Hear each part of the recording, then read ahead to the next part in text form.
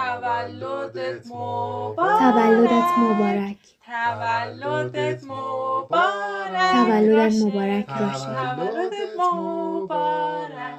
اما مسئله فقط این نیست که خیلی دیر شده است. من امروز 11 سالم.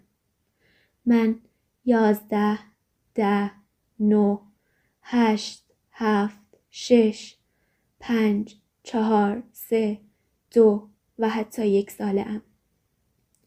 اما آرزو می‌کنم که کاش 102 ساله بودم. آرزو می‌کنم همه سن و سالی بودم به جز 11. چون دلم می‌خواست امروز خیلی دور بودم. دور و خیلی دور. مثل یک بادبادک رها شده. مثل یک نقطه کوچک و نازک در آسمان.